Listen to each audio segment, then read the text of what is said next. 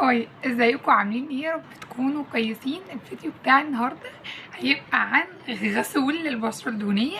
الغسول ده انا كان ليا فتره كبيره قوي بجربه، ده فتره من قبل تعبي بكتير، فليا فتره محترمه ومعتبره بجربه.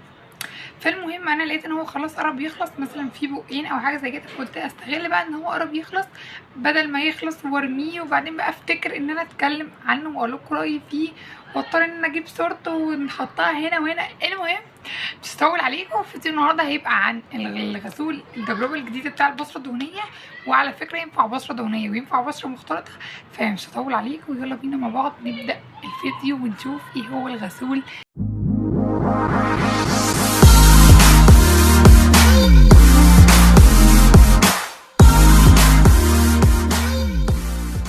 ايه هو بقى الغسول اللي انا عرفتكم بيه ده؟ الغسول ده مبدئيا ليا فتره شويه بجربه، يعني مثلا داخله في 4-5 شهور بجربه. بجد بجد الحمد لله. غسول اول مره اجربه، على فكره عايزه اقول لكم انا اول مره اجربه فعلا. يعني انا كنت بغير عادي من غسول ستار بالاخر حاجه اللي كنت بستخدمه وصورت لكم عنه، وقلت بعد كده هجرب واحد تاني ما يبقاش بينشف البشره قوي.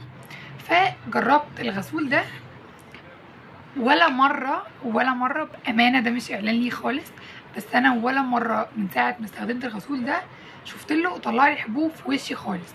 عادي ممكن وشي يطلع له الحبوب اللي هي العاديه اللي بتطلع عادي في البشره دي، بس من الغسول لا بصراحه ما طلعليش حبوب خالص. واجمد حاجه فيه ان هو بيهديلك الدهون اللي في البشره بس ما بينشفهاش كده، وتحسي ان انت وشك مقشف ومشقق والحاجات الغريبه اللي بنشوفها من الغسولات اللي بتنشف البشره. المهم فهيبقى اروع غسول ممكن تستخدميه، لانه ما بينشفش البشره ويخلي بشرتك جافه قوي ده، وان انت تحسي ان انت بجد محتاجه ترطبي بشرتك جامد. لا على فكره في ايام كتير انا كنت بستخدمه وما كنتش برطب بشرتي بعده، وكنت بسيب بشرتي عادي من غير ترطيب، وما كانش مؤثر. يعني التاثير ما كانش ان تحسي ان بشرتك ناشفه قوي او ان انت بقى محتاجه ترطبي بشرتك والكلام ده خالص. في بقى كميه حاجات بجد ممكن تقروا عن الغسول ده قبل ما تجيبوها. اختراع الغسول بقى التحفه قوي ده هو بتاع دراكون. على فكره عايزه اقول لكم دراكون انا كنت بستخدم من عندها ماسك. دراكون بالنسبه لي الماسك اللي انا بستخدمه من عندها تحفه، فبالنسبه لي هي كبراند محترمه جدا. بس تاني هو بجد مليان احماض كتير قوي، مليان تحسيه محمض من كتر الاحماض اللي هي فيه، بس بجد وفي زنك.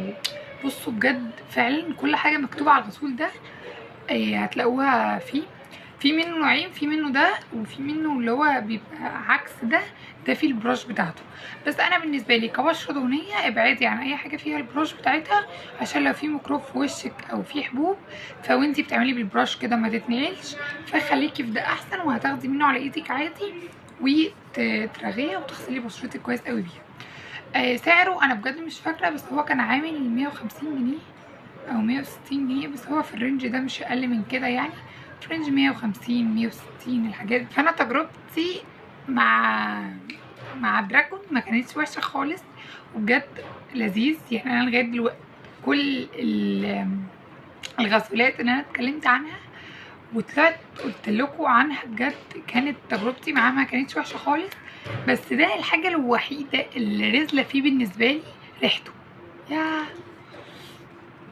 ثواني كده، ريحته بالنسبه لي مش لذيذه خالص.